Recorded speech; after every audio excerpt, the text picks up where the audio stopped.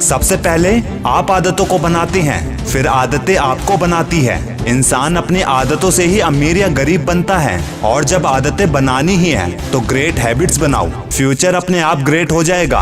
जब भी तुम्हें भविष्य की चिंता खाई जा रही हो, जो आजकल अक्सर लोगों के साथ हो भी रहा है, तब मेरी एक बात याद रखना, जहाँ तक दिख रहा है वहाँ तक जाओ। जब तुम वहाँ तक पहुँच जाओगे तो तुम और आगे देख पाओगे। याद रखना दोस्त, तुम्हें एक ही समय में आने वाले सारे कदम नहीं समझने, बस अपना अगला कदम समझो। और जब कोई अपना अगला कदम पहचानने लगता है ना, तो समझ जाओ परिवर्तन की शुरुआत हो चुकी है।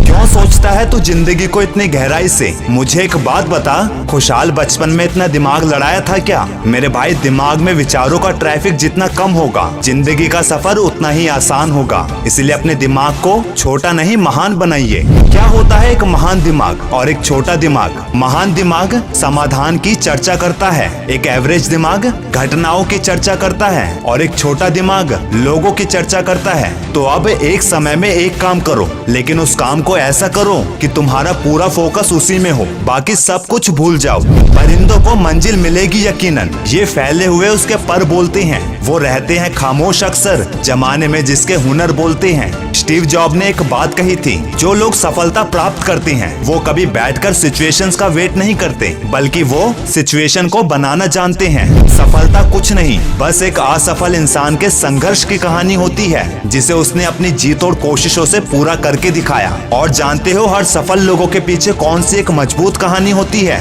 यही कि वो खुद को दूसरी चॉइस नहीं देते।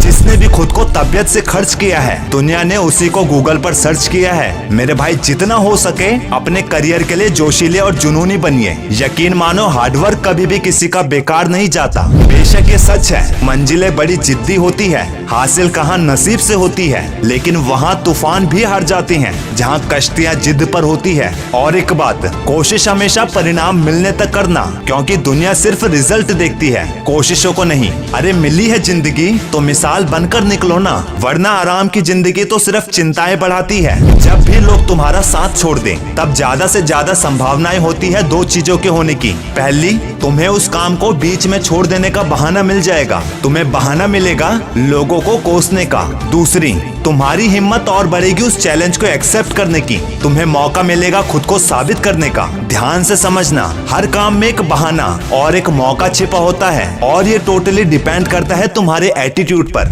जाते जाते तुम्हें आज कॉन्फिडेंस और ओवर कॉन्फिडेंस के बीच फर्क बताना चाहता हूँ। एक ईंट अगर ये सोचे कि दीवार मेरी वजह से भी टिकी हुई है, तो ये हुआ उस ईंट की सेल्फ रिस्पेक्ट, उसका कॉन्फिडेंस। लेकिन अगर एक ईंट ये सोचे कि दीवार सिर्फ मुझ पर ही टिकी है, ये होता है उसका ओवर कॉन्फिडेंस, उसका ईगो। और जानते हो इसका नतीजा क्या होता है? सबसे पहले उसी ईंट को हटाकर एक दरवाजे का रास्ता निकाला जाता है। वीडियो समझ आई तो हमारे दूसरे चैनल की ऐसे ही और पावरफुल वीडियो देख सकते हो। वीडियो का लिंक डिस्क्रिप्शन में दिया हुआ है।